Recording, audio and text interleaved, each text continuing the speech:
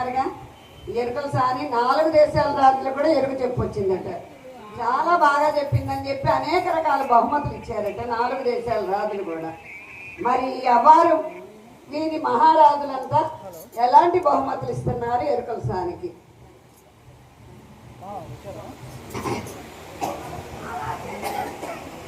మాత్రాలు మటుకు అనుకోబాకండి.